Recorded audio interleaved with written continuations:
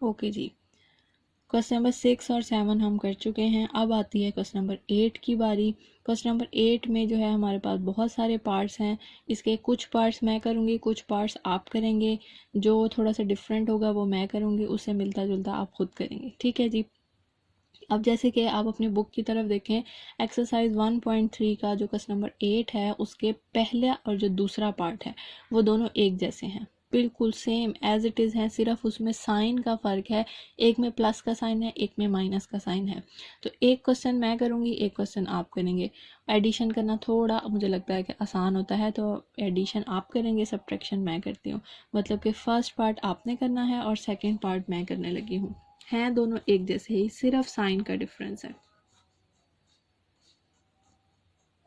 ये है जी आपका सेकंड पार्ट। ठीक है, क्वेश्चन में आपके पास ए और बी की वैल्यू ऑलरेडी दी हुई है और साथ लिखा हुआ है वेरीफाई का वर्ड। वेरीफाई का मोस्टली मतलब क्या होता है? वेरीफाई का मतलब होता है कि इस तरह के क्वेश्चंस जिनका आंसर क्वेश्चन में ही प्रेजेंट होता है, हमें पता नहीं करना पड़ता, हमें चेक नहीं करना पड़ता कि क्या हमारा आंसर ठीक आया कि नहीं। हम जब सोल्यूशन कर रहे होते हैं तो आंसर ही हमें बता देता है कि हमने बिल्कुल ठीक क्वेश्चन किया है। और ये हमें पता चलता है, ये दरमियान में जो इक्वल का साइन आता है ना, ये मैंने आपको पहले भी बताया है कि इक्वल से पहले हमारे पास लेफ्ट हैंड साइड होती है और इक्वल के बाद हमारी राइट हैंड साइड होती है। तो हम इस तरह के क्वेश्चंस को लेफ़्ट साइड और राइट साइड करके सॉल्व करते हैं। पहले लेफ़्ट हैंड साइड को हमने सारा सॉल्व कर लेना है, फिर हमने राइट हैंड साइड को सारा सॉल्व कर लेना है, फिर हम दोनों आंसर्स को वेरीफाई करते होते हैं कि क्या हमारे आंसर्स इक्वल आए हैं। अगर इक्वल आए हैं तो इट मीन्स आपका क्वेश्चन बिल्कुल ठीक है। चलें स्टार्ट करते हैं। जैसे मैंने बताया कि इक्वल से पहले लेफ़्ट हैंड साइड होती है, तो हमने लिख लिया left hand side is equal to A minus B का ट्रांसपोज। ये है जी हमारी सारी लेफ्ट हैंड साइड लिख ली। अब हम इसमें इसकी वैल्यूज़ पुट करेंगे।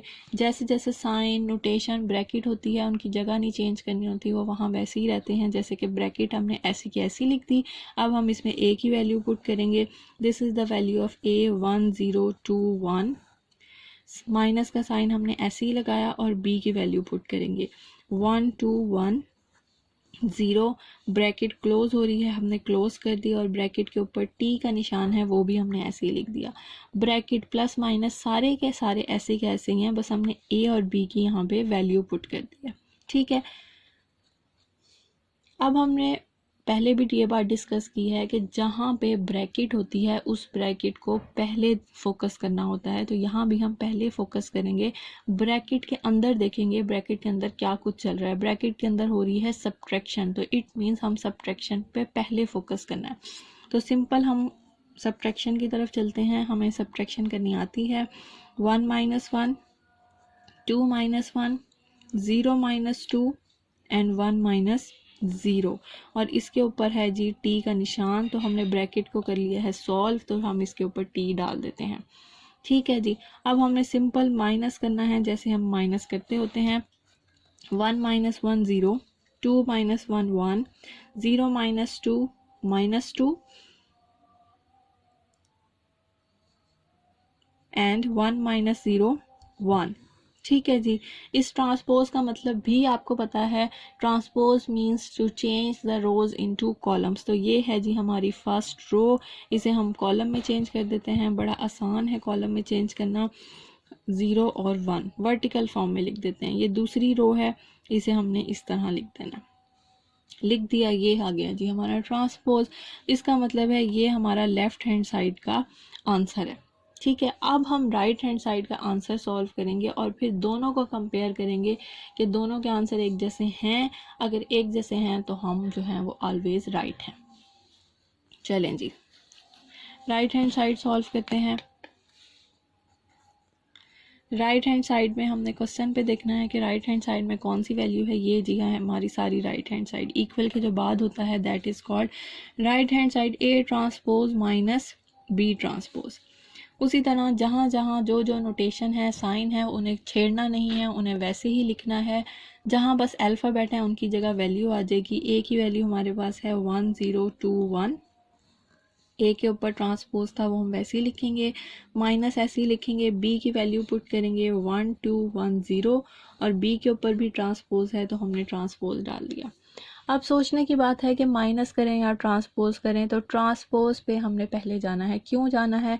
क्योंकि ये जो ब्रैकेट थे और ये जो ट्रांसपोज हैं, ये पहले भी मैंने आपको बताया कि कवर की तरह होते हैं, जब तक ये हटेंगे नहीं हम इसका कुछ नहीं कर सकते, तो हमें यहाँ से हटाना है इसे। तो हटा देते हैं, ट्रांसपोज लेना हमें आता है। ये रो है, कॉलम में चेंज कर दिया, ये रो है, कॉलम में चेंज कर दिया, इसे भी चेंज कर लेते हैं। 1 1, दिस इज सेकेंड रो, 2 0। ठीक है, सिंपल हमने रोज को कॉलम में चेंज कर दिया। चेंज करने के बाद ट्रांसपोज वहाँ से हट चुका है। अब हम इसकी सब्ट्रैक्शन करेंगे। 1 - 1, 0 - 2, 2 - 1 एंड 1 - 0। ठीक है जी, ऑपरेशन कर देते हैं। इसका ऑपरेशन करना हमें आता है, बहुत से क्वेश्चंस में हमें ऑपरेशन कर चुके हैं। 1 - 1 0 होता है, 2 - 1 जो है वो 1 होता है, 0 - 2 -2 होता है, और उसके बाद 1 - 0 हमारे पास 1 होता है, और ये हमने इसे सॉल्व कर लिया। ये हमारा सेकंड आंसर है। अब हमें दोनों आंसर्स की तरफ देखना है कि हमने क्या क्वेश्चन को ठीक किया है। ये ठीक है जी, हमने बिल्कुल ठीक किया है क्वेश्चन। तो हम बस एंड में लिख देंगे कि लेफ्ट हैंड साइड जो है वो इक्वल किसके है, राइट हैंड साइड के। ठीक है जी, बहुत आसान सा क्वेश्चन था, क्वेश्चन नंबर 8 का सेकंड पार्ट। अब जो है ना हम जिसके बारे में बात करेंगे ना, वो भी बड़े ही इंपॉर्टेंट क्वेश्चंस हैं। जब हमने टाइप्स पढ़ी थी ना, तो टाइप्स में हमने देखा था दो डेफिनेशन, सिमेट्रिक और स्क्यू सिमेट्रिक, ये देखा था ना हमने। तो सिमेट्रिक और स्क्यू सिमेट्रिक की ना उस वक्त हमने फॉर्मूले पढ़े थे। ठीक, दोबारा से मैं आपको फॉर्मूले रिपीट करा देती हूँ। सिमेट्रिक होता क्या है? सिमेट्रिक में अल्फ़ाबेट आप कोई भी यूज़ कर सकते हैं। सिमेट्रिक का फॉर्मूला हमारे पास होता है इस तरह, जैसे कि मुझे जो है वो कौन सा अल्फ़ाबेट बहुत अच्छा लगता है, मुझे डी बहुत अच्छा लगता है, मैं डी का इस्तेमाल कर लेती हूँ। डी, कोई भी आप अल्फ़ाबेट लें, उसके ऊपर आपने लिखना है ट्रांसपोज, फिर आपने इक्वल का निशान लगाना है, और फिर उस अल्फ़ाबेट को लिख देना है दोबारा। ये होता है सिमेट्रिक। कि अगर आपके पास क्वेश्चन में कोई भी चीज़ है और उसके साथ वो कहते हैं इसका सिमेट्रिक लें, तो क्वेश्चन में जो भी चीज़ प्रेजेंट होगी ना, जो भी चीज़, चाहे वो डबल है, सिंगल है, आपने उस चीज़ के ऊपर जो है ना ट्रांसपोज लिखना है, दरमियान में इक्वल का साइन डालना है, और उस चीज़ को दोबारा ऐसे का ऐसे ही लिख देना है। जैसे कि अब मैं कहती हूँ, फॉर एग्जाम्पल, एक एग्जाम्पल देने लगी हूँ आपको। मैं कहती हूँ कि आप जो है ना ई प्लस ई ट्रांसपोज का ना सिमेट्रिक लें, इस पूरे का सिमेट्रिक लेना आपने। तो मैं क्या करूँगी, मैं इस अंदर वाले टी को फोकस नहीं करूँगी, मैंने वर्ड सिमेट्रिक के ऊपर फोकस करना है। और सिमेट्रिक कहता है कि जो भी चीज़ आपके पास प्रेजेंट है ना, उसके ऊपर ट्रांसपोज लगा दें। तो मेरे पास ये सारा प्रेजेंट है, तो मैंने क्या करना है, मैंने इस सारे को लिखना है, इसके डालना है ब्रैकेट, क्योंकि ये में एक ही चीज़ है ना, और इसके ऊपर एक और टी लिख देना है। मैंने उस चीज़ पे नहीं फोकस करना, मैंने सिमेट्रिक वर्ड पे फोकस करना है। और सिमेट्रिक कहता है कि जो भी चीज़ आपके पास प्रेजेंट है उसके ऊपर टी का निशान हो, फिर दरमियान में इक्वल हो, और इस चीज़ को ना आपने दोबारा ऐसे ही लिख देना। ये होती है डेफिनेशन सिमेट्रिक की, कि कोई भी चीज़ अगर आपके पास प्रेजेंट है तो उसके ऊपर आप एक ट्रांसपोज लगाएंगे, दरमियान में इक्वल लिखेंगे, और उस चीज़ को ऐसे का ऐसे ही राइट हैंड साइड पे लिख देंगे। This is called symmetric. अब हम चलते हैं स्क्यू सिमेट्रिक की तरफ। अब स्क्यू सिमेट्रिक का फॉर्मूला हमारा कहता है जी, जो भी चीज़ आपके पास क्वेश्चन में प्रेजेंट है, जैसे कि फिर से डी ले लेते हैं, उसके ऊपर ट्रांसपोज होना चाहिए, दरमियान में इक्वल होना चाहिए, और राइट हैंड साइड पे ना आपके पास माइनस का साइन होना चाहिए। ठीक है, क्वेश्चन में जो भी चीज़ प्रेजेंट है, लेफ्ट साइड पे उसके ऊपर ट्रांसपोज होना चाहिए, और राइट साइड पे ना उसके साथ माइनस होना चाहिए। तो फॉर एग्जांपल अगर मैं आपको क्वेश्चन देती हूँ कि आप जो है ना f प्लस एफ ट्रांसपोज का स्क्यू सिमेट्रिक लें, तो मैं क्या करूँगी, ये मेरे पास पूरा का पूरा क्वेश्चन है, मैं लेफ्ट हैंड साइड पे इसका ट्रांसपोज ले लूँगी, जैसे कि स्क्यू सिमेट्रिक कहता है, दरमियान में इक्वल का साइन लगाऊंगी, फिर माइनस का साइन लगाऊंगी, और फिर जो है ना मैं वही चीज़ दोबारा लिख दूँगी। मतलब ये चीज़ मेरे पास क्वेश्चन में प्रेजेंट थी। स्क्यू सिमेट्रिक के फॉर्मूले के मुताबिक लेफ्ट हैंड साइड में इस चीज़ के ऊपर ट्रांसपोज होना चाहिए और राइट हैंड साइड में इस चीज़ के साथ माइनस होना चाहिए। इस तरह हम पहले फॉर्मूले को सेट करते होते हैं, फिर इन्हें सॉल्व करते होते हैं। सॉल्व करना तो हमें आता है क्योंकि क्वेश्चन हमारे पास ऑलरेडी गिवन होता है, हम उसमें चीज़ें डालते हैं, उसे सॉल्व कर लेते हैं। लेकिन इन क्वेश्चंस की ख़ास बात ये होती है कि इसे पहले आपने फॉर्मूले की फॉर्म में लेकर आना है, क्योंकि खाली एफ ई प्लस ई ट्रांसपोज सॉल्व करना आसान है। ये जो साथ इसके वर्ड सिमेट्रिक लिखा है ना, इसका क्या मतलब है, इस पे फोकस करना है। और इसका मतलब यही है कि पहले इसे इसके फॉर्मूले में लेकर आएं और फिर इसे सॉल्व करें। तो अब हम इसके क्वेश्चन की तरफ चलते हैं। आपको पता चल गया, आइडिया हो गया, आप क्वेश्चन देखेंगे ना फिर ज़्यादा अच्छी तरह आपको पता चल जाएगा। क्वेश्चन में जो है ना, इसी तरह हमारे पास जो है ना पार्ट्स हैं एक जैसे कि हमारे पास 3 और 5 पार्ट। अपने बुक की तरफ देखें आप, 3 और 5 पार्ट जो है ना वो एक जैसे हैं, बिल्कुल सेम एज इट इज, सिर्फ अल्फ़ाबेट का फ़र्क है। तो उसमें से एक पार्ट मैं करूँगी, एक पार्ट आप कर लें।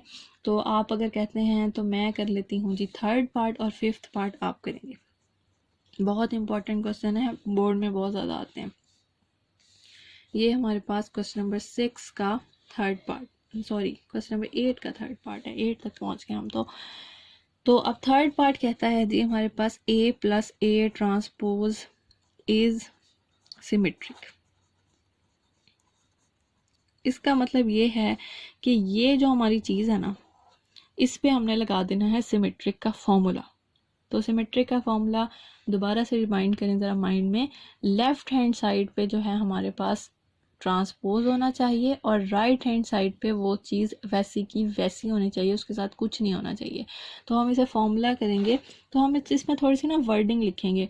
पेपर अटैम्प्ट करना ना एक आर्ट का काम होता है। आर्ट का काम क्यों होता है? अच्छी तरह लिखना, अच्छी तरह प्रेजेंट करना, अच्छी तरह उसे फोकस करना, आपने बताना है कि मैं ये कर रहा हूँ। तो उसमें छोटी छोटी अगर आप वर्डिंग लिखेंगे ना तो पेपर और खूबसूरत हो जाता है। तो जैसे कि हम यहाँ पे लिखेंगे solution according to symmetric, symmetric के मुताबिक हम फॉर्मूले को लिखने लगे हैं। तो हमने यहाँ पे वर्ड ऐड किया according to symmetric we know, हमें पता है। क्या पता है? हमें फॉर्मूले का पता है। हम फॉर्मूला किस तरह लगाते होते हैं कि क्वेश्चन में जो चीज़ आपके पास प्रेजेंट है, ये प्रेजेंट है पूरा का पूरा, इसकी लेफ्ट हैंड साइड पे होना चाहिए ट्रांसपोज और राइट हैंड साइड पे कुछ नहीं होना चाहिए, वही चीज़ वैसी की वैसी होनी चाहिए जो क्वेश्चन में थी। तो हमने जो है ना ये फॉर्मूला सेट करके लिख दिया है कि सिमेट्रिक के मुताबिक ये चीज़ ये कहती है, लिख दिया। अब हम इसे सॉल्व करके बताएंगे कि क्या इसके लेफ्ट साइड और राइट साइड का आंसर एक जैसा आता है। इस क्वेश्चन को मैं दोबारा बता रही हूँ, बड़ी कन्फ्यूजन करते हैं बच्चे। सिंपल इस चीज़ को सॉल्व करके लिख देते हैं, ये गलत होता है। सिमेट्रिक का वर्ड इसमें इसलिए लिखा है ताकि आपको याद रहे कि आपने इसमें फॉर्मूला लगाना है। तो हमने फॉर्मूला लगा दिया है, फिर अब हम इसे सॉल्व करके दिखाएंगे। तो सॉल्व करते हैं। लेफ्ट हैंड साइड में हमारे पास है जी ये चीज़, हमने लिख ली, ठीक है।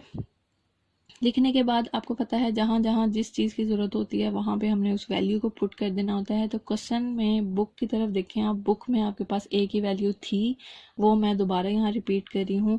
ब्रैकेट ऐसी कैसी, ए की वैल्यू मेरे पास क्वेश्चन 8 में थी 1021, यही थी, है ना। बुक आपके पास है, आप देख सकते हैं।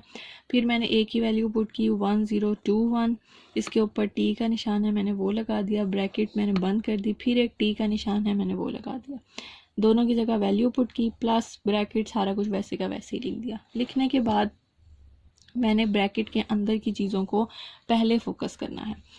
तो पहले फोकस करने के लिए मैंने देखा कि एडिशन भी हो रहा है, ट्रांसपोज भी है, तो ट्रांसपोज हटेगी तो एडिशन होगा ना। तो हमने पहले ट्रांसपोज ले लेना है।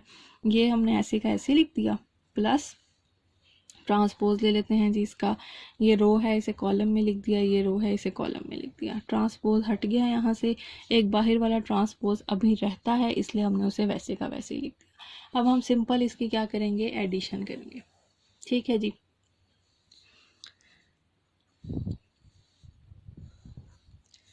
अब मैं डायरेक्ट एडिशन कर रही हूँ। अब आप छोटे बच्चे थोड़ी हैं कि बार बार हम लिखेंगे कि 1 को 1 से हमने प्लस करना है, डायरेक्ट लिख लेते हैं हम। कभी कभी डायरेक्ट भी काम कर लेना चाहिए। 1 + 1 जो है क्या होता है 2, 2 + 0 2, 0 + 2 2 एंड 1 + 1 2, और बाहर वाला ट्रांसपोज ऐसे का ऐसे। अब ट्रांसपोज ले लेते हैं। ट्रांसपोज पे कोई फ़र्क नहीं पड़ेगा क्योंकि नंबर्स एक जैसे हैं। रो को हमने कॉलम में लिख दिया और इसी तरह रो को हमने कॉलम में लिख दिया। ये हमारी लेफ़्ट हैंड साइड का आंसर आ गया। ठीक है, अब हम इसकी राइट हैंड साइड पे चलते हैं। राइट हैंड साइड हमें क्या कहती है जी, A + A ट्रांसपोज, ये कहती है हमें। उसी तरह हम इसमें वैल्यू पुट करेंगे। ए की वैल्यू है जी, हम ब्रैकेट लगाई, ए की वैल्यू 1021 पुट की, प्लस फिर ए की वैल्यू हमने पुट की 1021। क्वेश्चन में हमारे पास प्रेजेंट है, हमने ट्रांसपोज लगाया और ये ब्रैकेट। ठीक है जी, इसे उसी तरह हमने सॉल्व करना है। 1021 ऐसे का ऐसे, इस पर कोई फ़र्क नहीं पड़ेगा। इसकी हम लेते हैं ट्रांसपोज 1201। अब ये दोनों क्या हो रहे हैं, प्लस हो रहे हैं, तो इन्हें प्लस कर लेते हैं हम। प्लस करने का तरीका वही है, अगर आपको ऊपर मुश्किल हुई थी डायरेक्ट करने में, अब मैं इसे सिंपल कर लेती हूँ। 1 + 1, 2 + 0, 0 + 2 एंड 1 + 1। ठीक है जी, सिंपल मैंने इसे प्लस कर दिया, तो हमारे पास जो है ना वो आंसर आया है 2, 2 + 0 2, 0 + 2 2 एंड 1 + 1 2। ये है जी हमारा सेकंड आंसर। ठीक है, सेकंड आंसर निकला है। हमने ये देखा कि जो हमारा फर्स्ट आंसर था और सेकंड आंसर था वो दोनों एक जैसे हैं। एक जैसे हैं तो it means left hand side is equal to right hand side. अगर ये एक जैसे हैं तो इसका मतलब है कि हमने जो फॉर्मूला है वो बिल्कुल ठीक पुट किया था, सिमेट्रिक का फॉर्मूला हमने बिल्कुल ठीक बताया था, इसलिए इन दोनों के आंसर्स जो हैं वो एक जैसे आए हैं। ठीक है जी, दोबारा बता रही हूँ, थर्ड और फिफ्थ पार्ट जो हैं वो दोनों एक जैसे हैं, तो आपने वो फिफ्थ पार्ट खुद करना है। अब मैं आपको बताऊँगी स्क्यू सिमेट्रिक के बारे में। तो इस वीडियो को एंड करते हैं, बहुत लंबी वीडियो हो गई है, अगली वीडियो की तरफ चलेंगे।